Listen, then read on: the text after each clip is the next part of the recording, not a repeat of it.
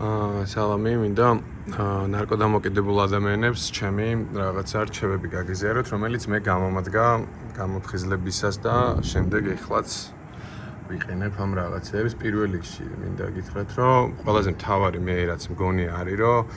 ნარკოტიკი რასაც გვიშვება არის, რომ რაღაცნაირად ამ გვირებში შევყავართ და ძალიან გვაკომპლექსებს და ჩვენ შიშებში და რაღაცა განცდებში გვტოვებს მარტო.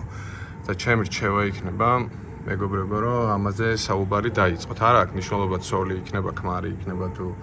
ფსიქოლოგი თუ ახლო მეგობარი, უბრალოდ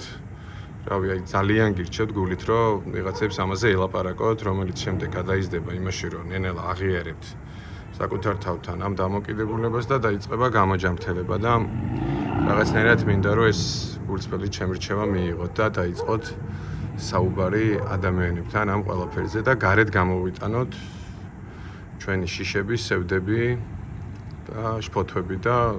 სხვადასხვა გზნობები და განცდები, რომელიც მე აი ეხლაც აი ამ ყველაფერს რო წერ და აი თუნდაც TikTok-ზე დავიწყე გულწრფელად ჩემი რაღაცების გაზიარება და გზადაგზა ძალიან პირად და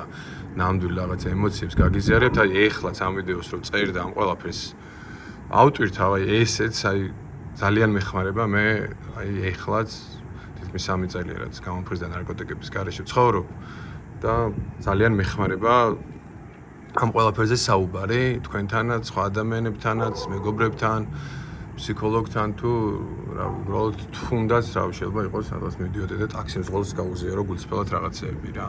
წარმატებები ყველას, დიდი მადლობა, რაღაცნაირად ვიგზენი რომ